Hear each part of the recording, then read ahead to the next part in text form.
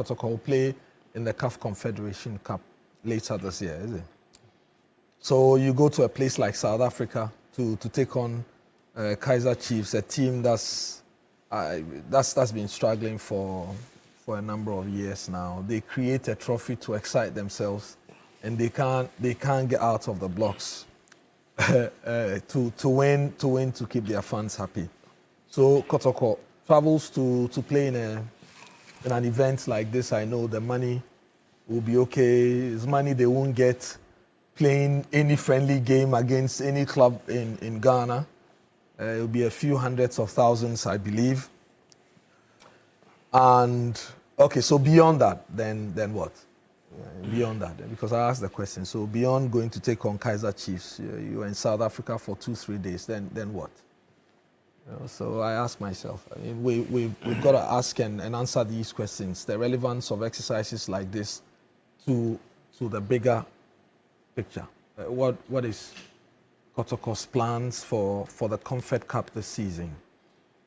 Because I do not think for a club of Kotoko's stature, they would want to just show up in the CAF Confed Cup and that's it.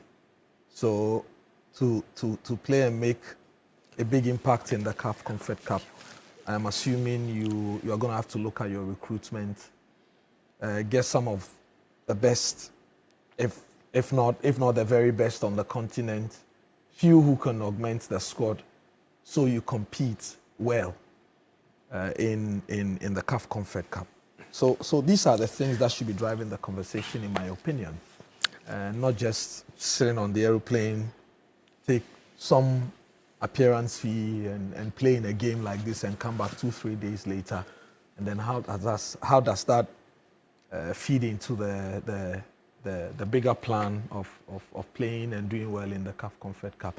Kotoko hasn't won the league in 3 seasons. Yes. Because the last 2 seasons, the league has been won by either Gold Stars or... The last 3 seasons. 3 seasons. Gold Stars. Gone to the Western region. Gold Stars, Midiama, and Samatex. So Kotoko may win the league next season and will be, oh, okay, it's such a big thing.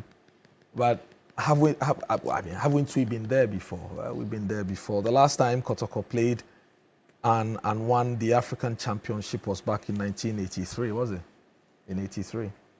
And this is the same club that played in the final of the first edition of the CAF Confed Cup 20 years ago this year, and got to the final and only lost to Hearts of Oak, because Hearts of Oak do not play final matches; they win final matches. But 20 years on, you ask yourself, so what have you been building as a club? Do we not want to compete at that level?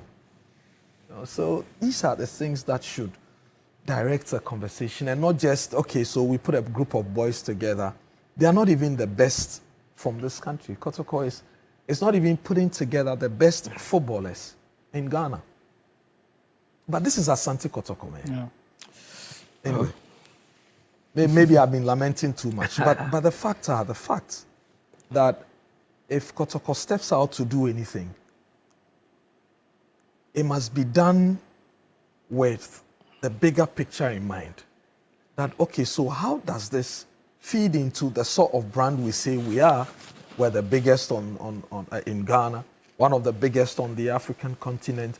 We should be competing at a certain level with Sundowns or with Mazembe or with Arkley or with ENNPI or the ones that recently won the CAF Champions League, the Egyptian side. Is it the new one? The new one. Pyramids? Pyramids. Yeah. Pyramids. So for me, this is how the conversation should be going. So I don't easily get excited about these things, because these are pre-season friendly games, and you want the FA Cup that takes you to the Confed Cup, but then what is the plan for the Confed Cup?